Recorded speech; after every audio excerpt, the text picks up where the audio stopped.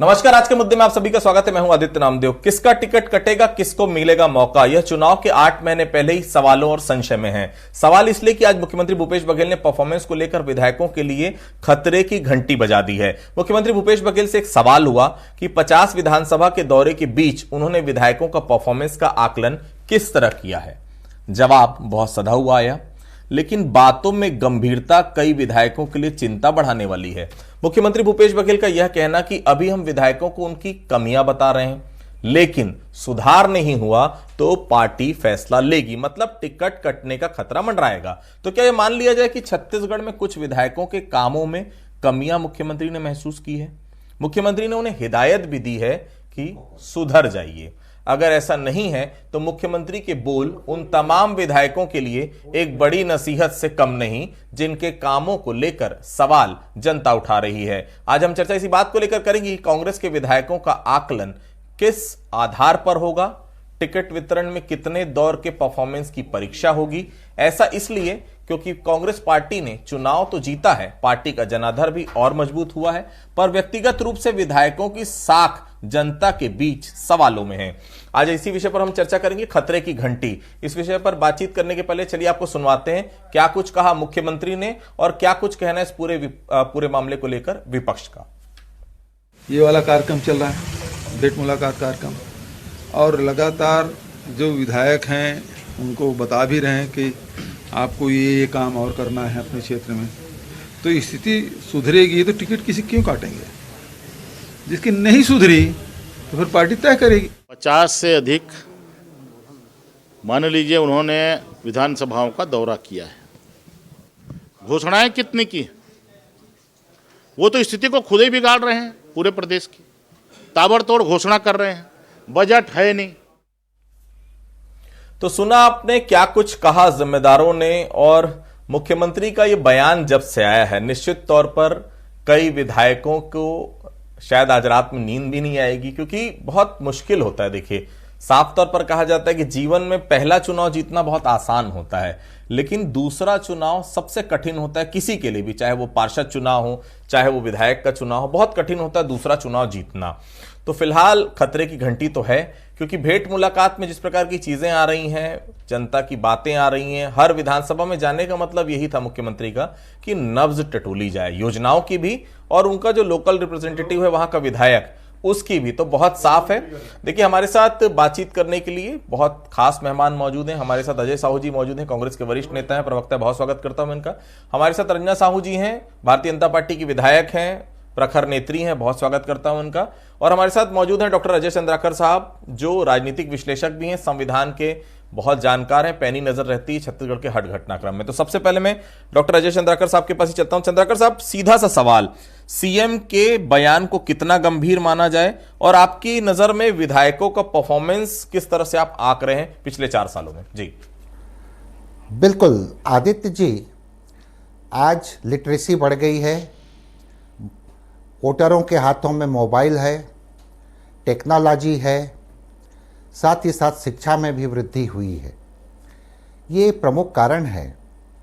और साथ ही साथ हम ये देखें कि भारतीय राजनीति में चाहे सेंट्रल लेवल की बात करें या फिर विभिन्न राज्यों की, तो यहाँ पर कैबिनेट मंत्रियों को भी परफॉर्मेंस अगर उनका पुअर लगा तो हटाया गया, और स्टेट में तो मुख्यमंत्री को भी बदला गया, पूरे मंत्रिमंडल को बदला गया।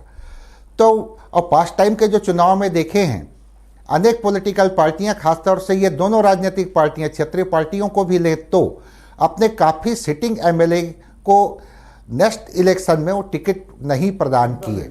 इसके पीछे कारण ये है कि जैसे सभी राजनीतिक दल तरह तरह से सर्वे करवाते हैं, और सर्वे करवाने के कारण देखिए कोरोना काल या ओमिक्रॉन का वो युग चला गया। अब यहाँ पर विधायकों की सक्रियता क्या, पार्टियों की तो अपनी अपनी नीतियां हैं, लेकिन उन नीतियों के साथ ही साथ जनता के साथ डायरेक्ट कनेक्टिविटी उनकी कैसी है, किस तरह से वो सहज व्यवहार है उनका, उनकी छवि कैसा है, क्या वो एक उस माइंडसेट में है कि राजनीति में आए हैं तो सिर्फ माला पहनने, मंच में बैठने या स्वागत कराने तक नहीं, वहाँ पर उनको अपने अपने पॉलिटिकल पार्टियों के नीतियों को फील्ड में उतारना है। और जैसा सीएम साहब का कहना था कि हम अभी कुछ और अवसर देंगे, तो हम मान करके चलते हैं कि यह संकेत है। और इसके पीछे सबसे बड़ी कारण ये है आदित्य जी कि बीजेपी अपने 5 मेंबरों का टास्क फोर्स असेंबली इलेक्शन के लिए फिलहाल बना चुकी है, जिसमें बीजेपी प्रेसिडेंट नड्डा जी भी हैं, अमित शाह जी भी हैं, राजनाथ जी भी हैं, संतोष जी भी हैं और साथ ही साथ योगी आदित्यनाथ जी भी हैं। और गृह मंत्री जी मतलब अमित शाह जी 5 जनवरी से लेकर के 31 जनवरी तक 11 राज्यों का दौरा कर रहे हैं। तो सीएम साहब का एक साइकोलॉजिकल कम्युनिकेशन है, संवाद है अपने विधायकों के साथ कि आप लोग और सक्रिय हो जाइए, नहीं तो लोकल सेल्फ गवर्नमेंट होने के कारण उनके एवज में दूसरे प्रतिस्पर्धी तैयार बैठे हैं। बिल्कुल। अजय जी, किस तरह से देख रहे हैं आज मुख्यमंत्री जी का बयान है? सीएम ने साफ कहा हम कमियां बता रहे हैं, मतलब मानेंगे ना, ठीक काम नहीं हो रहा तब तो कमियां बता रहे हैं, ठीक काम होता तो कमियां बताने की जरूरत ही नहीं थी। अजय जी देखिए, माननीय मुख्यमंत्री जी ने पूरे प्रदेश के परिप्रेक्ष्य में यह बात नहीं कही थी। आज वो भेंट मुलाकात कार्यक्रम के तहत अपने 61वें पड़ाव की ओर सिहावा नगरी जा रहे थे।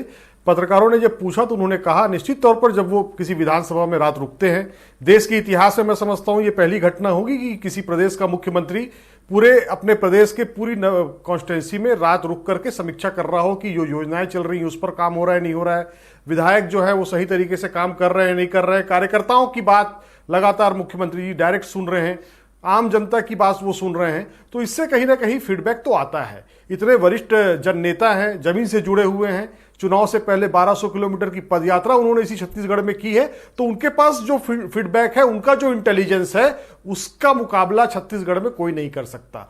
तो उन्होंने इस परिप्रेक्ष्य में ये बात कही। लेकिन कांग्रेस पार्टी की मंशा कहीं से ऐसी नहीं है कि हम अपने निर्वाचित विधायकों की टिकट काटें। हम तो चाहते हैं कि हमने जिन्हें टिकट दिया है, बहुत सारे विधायक हमारे ऐसे हैं जो फर्स्ट टाइमर है, जो एक नई पौध हमने भूपेश बघेल जी ने अध्यक्ष रहते हुए लगाई थी, उन पौधों को हमने विधानसभा में भेजने का काम किया है। तो हम चाहते हैं कि ये लोग और वरिष्ठ हों और लगातार चुनाव जीतें, जन सरोकारों के साथ इनका सीधा जुड़ाव हो। लेकिन जहां जहां पर कमियां आ रही हैं, माननीय मुख्यमंत्री जी उन विधायकों को बुला करके समझा रहे हैं कि अभी 8 महीने का समय है, आप मतलब जो स्थितियां हैं उसको आप ठीक करिए। लेकिन अगर उसके बाद भी कोई चीजें ठीक नहीं होती है तो निश्चित तौर पर पार्टी के अंदर चुनाव अभियान समिति का गठन होता है। चुनाव समिति जो है वो एक एक नाम पर, गुण दोष के आधार पर नाम पर चर्चा करती है। और अखिल भारतीय कांग्रेस कमेटी भी सर्वे के माध्यम से एक सर्वे रिपोर्ट तैयार करती है कि जिसमें बताया जाता है कि कौन सा विधायक जीत सकता है या वहां पर दूसरा जो व्यक्ति है वो उसकी क्या स्थिति है। तो ये सारी चीजें राजनीतिक दलों में चलते रहती हैं। तो यही इसी प्रक्रिया का पालन आने वाले चुनाव में भी किया जाएगा। लेकिन हम ये चाहते हैं कि हमारे 71 जो विधायक हैं वो सारे के सारे पुनः रिपीट हों और फिर से विधानसभा में पहुंचे। अजय जी, लेकिन उसके लिए पैर जमीन में रहना जरूरी है। कुछ विधायकों का पैर जमीन नहीं। बहरहाल रंजना जी मेरे साथ। रंजना जी, नारायण चंदेल ने कहा है कि बहुत दूर की बात है जो बातें अभी सामने आ रही। क्या आप लोग आकलन नहीं करते? आपकी भी तो पार्टी है, इंटरनल सर्वे कराती होगी, किसको टिकट दी जाए किसको नहीं दी जाए। जरूरी थोड़ी जो 14 विधायक आपके पास हैं उन सबके 14 को आप टिकट दे देंगे। आप लोग भी तो आकलन कराते होंगे, सर्वे करवाते होंगे। इसमें बड़ी बात क्या है रंजना जी? आदित्य जी, सबसे पहले बात तो ये है कि आखिरकार माननीय मुख्यमंत्री जी ने इस बात को स्वीकार कर लिया है कि विधायकी की परफॉर्मेंस कैसी है। वो खुद जान रहे हैं कि ऐसी कोई योजना बनी ही नहीं। मुख्यमंत्री जो इतनी घोषणाएं की, पहली बात तो वो उन्होंने पूरी की नहीं। उसके बाद डायरेक्ट जो जनहित से जुड़े एक भी योजना उनकी नहीं रही जो विधायक जाकर अपनी जनता के बीच बता सके कि फलानी योजना आपके लिए हमारे मुख्यमंत्री जी लाए हैं। अभी तक ऐसा कोई विषय आया ही नहीं कि उनके विधायक जाएं और डायरेक्ट अपनी जनता को बताएं। तो यहाँ पर तो मुख्यमंत्री जी आकलन कर रहे हैं अपने विधायकों का कि उनकी परफॉर्मेंस क्या है। ये तो बहुत हंसी की बात है। एक भी योजना वो लाए नहीं। इतनी जन घोषणा उन्होंने अपने जन घोषणा पत्र में कही थी, वो एक भी उन्होंने पूरी की नहीं। अब उनके विधायक बेचारे क्या लेके जाए अपनी जनता के पास और क्या बताएंगे? इसमें परफॉर्मेंस कैसा रहेगा ये आप सोच लीजिए फिर आदित्य जी। रंजना जी, लेकिन वो बता तो रहे हैं कि दिक्कत है। पिछली बार तो मुझे याद है 2018 में एक नारा चला था भारतीय जनता पार्टी का 65+। अजय चंद्राकर जी भी हैं, अजय साहू जी भी, आप भी बहुत बेहतर तरीके से जानती हैं। 65+ का नारा देके गए थे अमित शाह और ये चाहते थे बहुत सारे नेता आपके यहां कि टिकट कटे विधायकों की। लेकिन टिकट नहीं काटी गई, उसी का खामियाजा था। 15 साल में सत्ता में रहने वाली पार्टी 15 सीटों पर सिमट कर रह गई थी। रंजना जी, जरूरी है टिकट काटना भी। बहरहाल अजय चंद्राकर जी मेरे साथ हैं। अजय चंद्राकर जी, आज का जो दौर है जिसमें हम देख रहे हैं 71 विधायक हैं कांग्रेस के पास, निष्पक्ष रूप से आपसे मैं चाहूंगा कि 2013 का चुनाव हमने देखा, 2008 का चुनाव आपने देखा, 2003 का भी चुनाव देखा, कितने परसेंटेज टिकट कटती है? अगर हम इन ऑल अगर बात करें बीजेपी और कांग्रेस से, क्या पैटर्न रहा है छत्तीसगढ़ का? बेहतर तरीके से बता सकते हैं आप चंद्राकर साहब। देखिए, एक जमाना था आदित्य जी, जब यह कहा जाता था जयदेव सतपति चल इस एरिया को आपको तय करना है, मुन्ना लाल शुक्ला जी आपको इस एरिया को तय करना है। वो युग बीत गया। आज जो पारदर्शिता का युग है, और इस पारदर्शिता के युग में जनता काफी लिटरेट हो गई है। इस कारण से हम देख रहे हैं 13 के बजाय 18 और 19 के लोकसभा चुनाव में दोनों पार्टियां सेंट्रल लेवल पर चाहे स्टेट लेवल पर, बीजेपी के सर्वे रिपोर्ट की बात जो आप की वो बिल्कुल सही था। इवन आरएसएस का भी यही कहना था कि इतने विधायकों के टिकट काट दी जाए, तो वो उनको स्वीकार नहीं किया गया या इंप्लीमेंट नहीं किया गया, जिसके कारण बीजेपी के लिए मे भी एक कारण हो सकता है कि वो प्रतिकूल रिजल्ट आया। लेकिन उस समय भी यही था, रमन सिंह के चेहरे से लोगों को नाराजगी नहीं थी। रमन सिंह का चेहरा आज भी लोगों के बीच में लोकप्रिय है, लेकिन विधायकों और मंत्रियों से खास तौर पर नाराजगी थी। लोग चाहते थे, और कांग्रेस के यहां पर बैठे हुए अजय साहू जी बिल्कुल दिल से एक्सेप्ट करेंगे कि पिछली बार कांग्रेस जीती है, ठीक है, मुख्यमंत्री भूपेश बघेल प्रदेश अध्यक्ष के नाते बहुत अच्छा काम किया, लेकिन भारतीय जनता पार्टी को आम जनता ने हराया था। चंद्राकर साहब जी, बिल्कुल बिल्कुल, भारतीय जनता पार्टी को देखिए, डॉक्टर रमन सिंह जी का चाहे वो चौथे विधानसभा चुनाव में गए अपने नेतृत्व में, पहला चुनाव जो लड़े उसमें तो स्वयं प्रदेश अध्यक्ष थे, तो चौथा चुनाव में गए तो उनकी एक अलग मैग्नेटिक पर्सनालिटी थी, इसमें कोई शक नहीं। लेकिन उनके मंत्रियों के विपरीत काफी असंतोष भी दिखाई दिया, या स्थानीय विधायकों के प्रति, क्योंकि जनता के साथ जो कनेक्टिविटी देखिए, विधायक का मतलब ही क्या होता है? विधायक का मतलब होता है सकारात्मकता, और विभिन्न विषयों के ऊपर उनको सदैव सजग रहना है, पॉजिटिव लेना है। एक व्यक्ति आ सकता है किसी ट्रांसफर के लिए, एक व्यक्ति आ सकता है किसी कलेक्ट्रेट में काम के लिए, एक व्यक्ति आ सकता है कि मेरे मोहल्ले में पानी नहीं आ रहा है, एक व्यक्ति आ सकता है कि यहाँ का एसडीएम तंग कर रहा है। तो अलग अलग विषय हैं, वहां जल्लाना नहीं है, सबको पॉजिटिव रूप से लेके चलना है, कनेक्टिविटी और संवाद लगातार बनाए रखना है। साथ ही साथ आज बड़ी बात क्या हो गई है आदित्य जी, रंजना जी भी बैठी हैं, अजय भाई तो करीब से जानते हैं कि राजनीति जो है ये कंप्लीट प्रोफेशन है, इसमें लगातार आपको संपर्क में रहना है। जैसे जैसे शिक्षा के या फिर टेक्नोलॉजी के विस्तार के कारण कोई गणेश के लिए, कोई दुर्गा के लिए, कोई कल्चर एक्टिविटी के लिए, कोई स्पोर्ट्स के लिए अलग अलग समूह हैं जो अपने विधायकों से विपुल पैमाने पर आर्थिक सहयोग की उम्मीद करते हैं, जो कि एक कठिन काम होता है। लेकिन उनको कैसे टैकल करोगे, और किसी एक को नाराज किए तो वो उसका पांडुलिपि इतना विकृत हो जाता है कि विधायकों के लिए कठिन हो जाता है। दूसरी बात, लोकल सेल्फ गवर्नमेंट होने के कारण लगातार प्रतिस्पर्धी तैयार रहते हैं, जिसके कारण से वो अपने स्तर पर हो सकता है सिटिंग एमएलए की कोई भूल हो या कोई मानवीय भूल हो सकती है, उसको इतने विकृत रूप में रख देते हैं। लेकिन ये अच्छी बात है कि मेथोडोलॉजी जो अपना रहे हैं सर्वे में, सी वोटर का मैं एग्जांपल दूं, अभी आया है आदित्य जी रिपोर्ट, जिसमें कई सीएम हैं अपने देश में जिनको उनका बॉटम, नीचे के बॉटम में उनका पोजीशन है। ये सर्वे रिपोर्ट कह रही है। एक बात और कहते हैं बड़े बुजुर्ग या राजनीतिक जो गुरु, मैं सीधे तौर पर कहूं, जो राजनीति के चाणक्य माने कि जिंदगी में सबसे कठिन होता है दूसरा चुनाव जीतना। हाँ। इस सरकार में भी 71 लोग जीत तौर आए। निश्चित तौर पर भारतीय जनता पार्टी का विरोध उस स्तर पर था। जब हम लोग 2018 में जब निकले थे बाहर, तो हमको उम्मीद नहीं थी, लोगों का एक ही तौर पर कहना था हमको ये चाहिए ही नहीं। जब चाहिए ही नहीं होता है तो निश्चित तौर पर बड़ा परिवर्तन होता है। तो बड़ा परिवर्तन हम 2018 में देखा, लेकिन 2023 की स्थिति ये नहीं रहेगी। 2023 में जो 2018 में जो भारतीय जनता पार्टी के खिलाफ नाराजगी थी वो खत्म हो गई। अब चूंकि सरकार 4 साल आपकी है, निश्चित तौर पर आपके विधायकों को जनता ज्यादा बारीकी से ऑब्जर्व करेगी क्योंकि सरकार आपकी है। लेकिन ऐसे कई विधायक हैं चंद्राकर साहब, आपका भी 2-4 होना पड़ता होगा रोज मिलना, कई विधायकों का पैर ही जमीन पर नहीं है, और ये जमीन पर नहीं रहना कांग्रेस के लिए बहुत जरूरी, क्योंकि जब तक कांग्रेस के विधायक जमीन पर नहीं रहेंगे, जनता के बीच नहीं रहेंगे, अधिकतर विधायक क्षेत्र छोड़कर रायपुर में रहते हैं, मैं बहुतों का नाम जानता हूं, मैं नाम नहीं गिनाना चाहता, केवल मुख्यमंत्री के चेहरे के सहारे सरकार लाई जा सकती है, लेकिन विधायकों को तो खुद जीतना पड़ेगा। चंद्राकर साहब बिल्कुल बिल्कुल, देखिए वह राजनीतिज्ञ सफल होता है जिनका माइंडसेट अपने क्षेत्र में अपने जनता के साथ कनेक्टिविटी में रहता है, संवाद में रहता है, कम्युनिकेशन में रहता है। और वो प्रायः यह होता है कि जनप्रतिनिधि बने, ठीक है सेशन चल रहा है, उस समय आप राजधानी में हो, लेकिन जनरली काफ़ी टाइम यहाँ, इसके पीछे कारण भी है कि विधानसभा में अलग अलग कमेटियां हैं, अलग अलग कमेटियों में इन लोगों को अपना योगदान देना पड़ता है। रायपुर में रहने का एक रीज़न ये भी बनता है। लेकिन ये भी सच है कई एमएलए ऐसे हैं जिनको और सक्रिय होने की आवश्यकता थी और वह सक्रियता कहीं ना कहीं कम दिखाई दी है। ठीक, अजय जी, ये सीएम ने बोला है कि भेंट मुलाकात हो रही है, उसके बाद कुछ और हो सकता है प्रोसेस हो पार्टी के भीतर, क्योंकि अभी मौका है, 9-10 महीने बहुत होते हैं, निश्चित तौर पर मौका है। लेकिन व्यक्तिगत विधायकों के ऊपर नाराजगी तो है, क्योंकि ऑन ग्राउंड ये चीज नजर आ रही है। अभी आपने देखा सतनामी समाज के लोगों ने मंत्रियों का बहिष्कार कर दिया, आरक्षण को लेकर कई आदिवासी मंत्रियों का और आदिवासी विधायकों का बहिष्कार चल रहा है। ये स्थिति किस तरफ देख रहे हैं? व्यक्तिगत विधायकों के ऊपर जो जनता की नाराजगी है, ये भारी तो नहीं पड़ जाएगी कांग्रेस को? अजय जी, देखिए, हमारी सरकार हिंदुस्तान के इतिहास में पहली कोई सरकार है जिसने उद्योगपतियों को दी हुई जमीन छीन करके आदिवासियों को देने का काम किया। हिंदुस्तान में इकलौती सरकार भूपेश बघेल जी की सरकार है जिसने 4 वर्ष में 1.5 लाख करोड़ रुपए सीधे लोगों के जेब में डालने का काम किया। यही कारण है कि कोरोना काल में सारी चीजें विपरीत परिस्थितियां होने के बाद भी छत्तीसगढ़ में मंदी की मार नहीं पड़ी।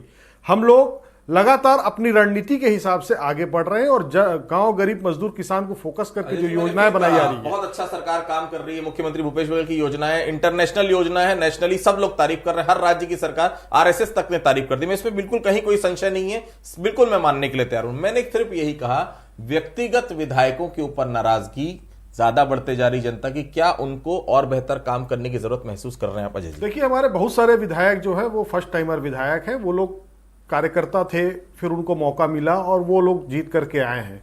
हो सकता है कुछ ऐसी परिस्थितियां आई हो, जैसा आप बता रहे हैं कि पांव जमीन पर नहीं है, तो मैं आपके चैनल के माध्यम से उन विधायकों से कहना चाहूंगा, आग्रह करना चाहूंगा कि उनका पांव जमीन में होना चाहिए, क्योंकि जमीन में रहने वाली जनता ने उन्हें चुना है। लेकिन भारतीय जनता पार्टी का क्या होगा, इस पर भी चर्चा होनी चाहिए। ये वही छत्तीसगढ़ है जिसके इतिहास में कभी नहीं हुआ कि एक टेन्यूर अपना पूरा नहीं कर पाया हो नेता प्रतिपक्ष। ये भारतीय जनता पार्टी के कार्यकाल में ही हो पाया है। आदिवासी समुदाय से आने वाले प्रदेश अध्यक्ष को आदिवासी दिवस के दिन हटा दिया जाता है। तो छत्तीसगढ़ की जनता इन सारी चीजों को भी देख रही है और भारतीय जनता पार्टी जिस तरीके से गांव छत्तीसगढ़िया लोक संस्कृति परंपरा को समाप्त करने की दिशा में जो काम किया है, उसको भी छत्तीसगढ़ के लोगों ने बहुत करीब से देखा है। और आज जो लोग ढोंग कर रहे हैं, जो लोग प्रभु राम के नाम पर वोट मांगने का काम कर रहे हैं, उनकी सरकार 15 सालों तक थी, लेकिन उन लोगों ने राम वन पथ गमन के बारे में सोचने का भी काम नहीं किया। केंद्र में आज उनकी सरकार है, केंद्र में इनके मंत्री खड़े होकर लोकसभा में कहते हैं कि राम सेतु का कोई अस्तित्व नहीं है। तो ये भारतीय जनता पार्टी का चरित्र है। भारतीय जनता पार्टी में केंद्र से फरमान आएगा और सारे घर के बदल डालूंगा जो एक ऐड आया करता था, मेरे को लगता है वैसी स्थिति भारतीय जनता पार्टी में उत्पन्न होने वाली है। डॉक्टर रमन सिंह स्वयं आशान्वित नहीं है कि वो चुनाव लड़ पाएंगे या नहीं लड़ पाएंगे। इनके कद्दावर जो नेता हैं, बृजमोहन अग्रवाल की बात कर लें, अजय चंद्राकर की बात कर लें, उनका यह तय नहीं है कि उनकी टिकट मिलेगी या नहीं मिलेगी। तो भारतीय जनता पार्टी को अपने विषय में सोचना चाहिए और कांग्रेस पार्टी अपने विधायकों के बारे में सोच रही है। हम तो हाथ से हाथ जोड़ो जो यात्रा करने वाले हैं आदित्य जी, 26 जनवरी से हमारी यात्रा शुरू हो रही है। 307 ब्लॉक में यात्रा शुरू होगी, एक एक बूथ में हमारे लोग जाएंगे, विधायकों ने क्या काम किया है नहीं किया और अच्छा उसका फीडबैक आएगा। और 2 महीने में 1,80,000 किलोमीटर की पदयात्रा छत्तीसगढ़ में कांग्रेस जन करने वाले। रंजना जी, आपने या आपकी पार्टी ने कुछ तय करके रखा कि टिकट वितरण की क्या प्रक्रिया होगी? क्या जो 14 विधायक हैं, आपको लगता है इन 14 के 14 पर दांव पार्टी खेलेगी? और दूसरी महत्वपूर्ण चीज है, चुनावी मोड में देखिए प्रत्याशियों को लेकर अभी तक भारतीय जनता पार्टी पत्ते नहीं खोल रही है। आप कहते जरूर हैं कि सीएम हम 5 मिनट में तय कर लेंगे। अरे भाई, प्रत्याशी 5 मिनट में तय नहीं होते। प्रत्याशियों को तय करने की बहुत लंबी प्रक्रिया होती है। एक आपके अजय जी हैं, अजय चंद्राकर जी जो विधायक हैं, वो कहते हैं इस बार राम विचार नेता मुख्यमंत्री होंगे। आज कोरबा से ननकीराम कंवर जी का आता है एक बयान कि आदिवासी विधायक ही इस बार मुख्यमंत्री बनेगा। अरे भाई, पहले सरकार तो बना लीजिए, प्रत्याशी 90 तो तय कर लीजिए, पहले से मुख्यमंत्री कौन बनेगा, किस वर्ग का बनेगा। ये डिस्प्यूट कहीं नुकसान तो नहीं पड़ जाएगा रंजना जी भारतीय जनता पार्टी को?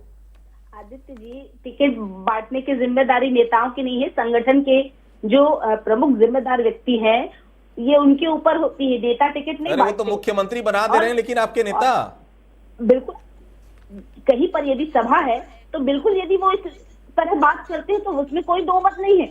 माननीय नंदीराम कंवर जी बहुत वरिष्ठ मंत्री है, और यदि वो कहते हैं तो कोई बहुत बड़ा ये विषय नहीं है कि उन्होंने ये कह दिया, वो उनको कहीं पर लगता होगा इसलिए वो इस विषय को बोल रहे हैं।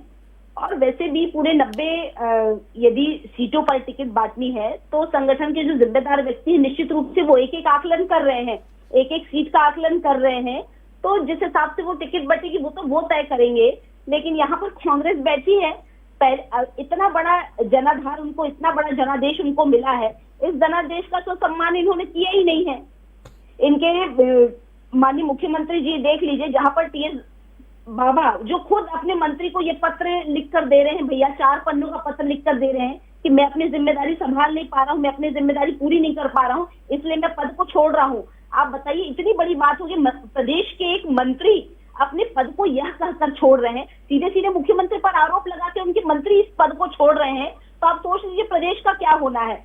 इसमें विधायकों की कहीं पर कोई दिक्कतें नहीं है, उनकी कोई जिम्मेदारी नहीं है। मुख्यमंत्री जिस हिसाब से काम कर रहे हैं, मैंने पहले ही कहा कि कोई ऐसा, इनकी कोई नीति ऐसी कोई बनी नहीं कि इन्होंने सीधे जनता से जुड़े कोई काम इन्होंने अभी तक किए नहीं है जिससे जनता को लाभ हो सके। कोई ऐसी योजना तो रंजना जी, अगर जनता से जुड़े काम कांग्रेस नहीं कर पा रही तो भाई विपक्ष में आप हैं। विपक्ष कहा जाता है जनता का आईना होता है, जनता किसी के पास जाती तो विपक्ष के पास जाती है। क्यों विपक्ष वो भूमिका में नजर नहीं आ रहा है रंजना जी? किसने रोका है? सरकार भ्रष्टाचार कर रही है, सरकार काम नहीं कर पा रही है, एक ईंट भी सरकार ने नहीं जोड़ा है। चलिए आपकी बात मान ले, तो ये भारतीय जनता पार्टी है कहां? क्यों सड़क पर नहीं उतरती? किसका इंतजार है भारतीय जनता पार्टी को? 9 महीने का समय, भाई सशक्त विपक्ष की भूमिका निभाइए तो सही। का विषय है तो हम सड़क पर उतरे हैं, और कोई विषय है तो हम सड़क पर, हम आए दिन, हम तो रोज धरने दे रहे हैं, और जनता को हम रोज बता रहे हैं कि ये सरकार केवल कहने वाली सरकार नहीं है, ये करने वाली। रंजना जी, संतुष्ट है भारतीय जनता पार्टी जिस प्रकार से विपक्ष की भूमिका निभा रही है? इसमें 2023 की नैया पार हो जाएगी ऐसा लगता है आपको? और आपने चूंकि कहा कि सच में जो विपक्ष है वो एक आईना का काम करती, हम तो बार बार सरकार को आईना दिखाते। भैया आपने कितने सारे वादे किए हैं, एक वादे तो आप बता दीजिए, आप कसम खाकर कह दीजिए कि हमने ये वादे जनता के साथ पूरे किए हैं। आप तो शराबबंदी की कसम खाते हैं, भाई आपने तो शराबबंदी की ही नहीं है। अभी छेरछेरा के दिन तो हमने फिर कहा मुख्यमंत्री जी को, यदि आप इस प्रदेश की बहनों के भाई हैं, सच में छत्तीसगढ़ महतारी के सुपुत्र हैं, तो बहनों से किए वादे आप पूरे कर दीजिए। भाई आपको किसने सत्ता आपकी, सरकार आपकी, आर्थिक स्थिति आप कह रहे मजबूत है, तो आप करिए ना भाई काम। आज जिन सड़कों पर चल रहे हैं, 4 वर्षों में कहीं पर भी सड़कों के लिए अलग से बजट उनके मंत्री जी को नहीं दिया गया। अब मंत्री खुद कहते हैं कि सड़कों में गड्ढे हैं, सड़कों में गड्ढे, तो भैया गड्ढों को भरने के लिए आपको किसने मना किया है? पीडब्ल्यूडी मंत्री खुद कहते हैं कि सड़कों में गड्ढे हैं, तो आपको किसने मना किया? भाई आप भरिए ना गड्ढों को। रंजना जी, छेरछेरा कहा जाता है कि छेरछेरा दान देने का पर्व है, तो भाई आपकी सरकार है और सेंट्रल में भी आपकी सरकार है, तो आरक्षण संशोधन विधेयक दिलवा दीजिए राज्यपाल के हाथ से दान में। सीएम को क्यों नहीं दिलवा पा रहे? क्या दिक्कत आ रही है?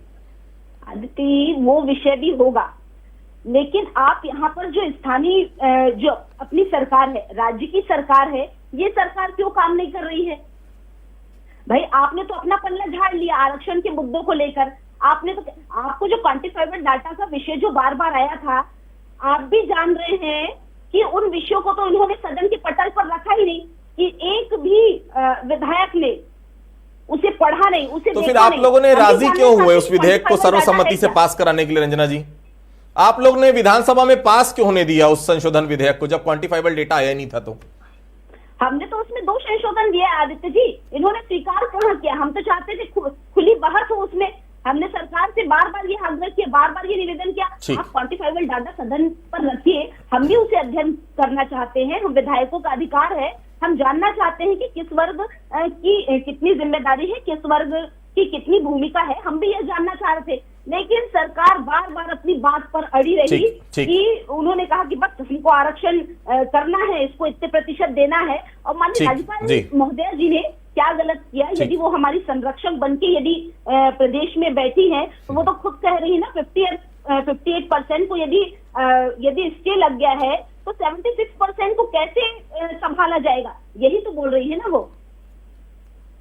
ठीक, अजय जी छोटा सा जवाब क्लोज करने में जी। अजय बड़ा दुर्भाग्य है ये सुनकर के कि छत्तीसगढ़ की सबसे बड़ी पंचायत की एक सदस्य, जिम्मेदार सदस्य, ये कहती है कि अगर विधानसभा की प्रॉपर्टी पर, विधानसभा की संपत्ति पर, उस विधेयक पर अगर राज्यपाल कोई निर्णय नहीं ले रही हैं, प्रश्न पूछ रही हैं, हमारी संरक्षक बन रही हैं, तो ये बहुत ही दुर्भाग्य है लोकतंत्र के लिए और बहुत ही शर्मनाक है उन सारे समुदायों के लिए जो लोग आस लगा करके राजभवन की ओर देख रहे हैं। ये वही राज्यपाल है जिन्होंने कहा था कि आप विधेयक लाइए, 1 घंटे में हम उसमें हस्ताक्षर करेंगे। ये दर्शाता है कि भारतीय जनता पार्टी का 2 गला है, एक गले से ये कुछ बात करते हैं, दूसरे गले से कुछ बात करते हैं। 2023 में छत्तीसगढ़ की जनता देख रही है, हमें बीजेपी के सर्टिफिकेट की जरूरत नहीं है, हमें छत्तीसगढ़ की जनता की सर्टिफिकेट की जरूरत है। जिस तरीके से हमें उपचुनावों में सफलता मिली है, छत्तीसगढ़ की जनता ने आशीर्वाद दिया है, आप देखिएगा 2023 में भी यही होगा। और रंजना जी को तो अपनी टिकट की चिंता करनी चाहिए क्योंकि टिकट मिलेगी नहीं मिलेगी। और आप ये जो राजनीति करने का काम कर रही है, आपने जो साहू समाज को अपमानित करने का काम किया है, आप साहू समाज से आती हैं, 27% आरक्षण दिया है सरकार ने और आप उसमें राजनीति करने का काम कर रही है। ये छत्तीसगढ़ की जनता कतई बर्दाश्त नहीं करेगी। बहुत साफ है, चुनाव तो 2023 के आखिरी में होंगे, नवंबर के आसपास, लेकिन जिस तरह से परफॉर्मेंस की बात आ रही है और जिस तरह से मुख्यमंत्री भूपेश बघेल ने सीधे तौर पर हिदायत दी विधायकों को, अभी भी समय है, बहुत समय है, 9 महीने का समय कम नहीं होता। अगर पैर जमीन में नहीं तो जमीन पर आ जाइए, क्योंकि यही जनता है जिसने जमीन से उठाकर आपको विधानसभा में बैठाया है। और अगर इस जनता की आप नहीं सुने तो विधानसभा से वापस जमीन में बैठाने में इस जनता को समय नहीं लगता। तो बस परफॉर्मेंस अपना बेहतर करिए और समय भी आपके पास पर्याप्त है। तो फिलहाल आज सभी लोग आपसे जुड़े, आप सभी लोगों को बहुत बहुत धन्यवाद। तो आज के मुद्दे फिलहाल इतना ही, कल किसी अन्य मुद्दे पर फिर से मुलाकात होगी।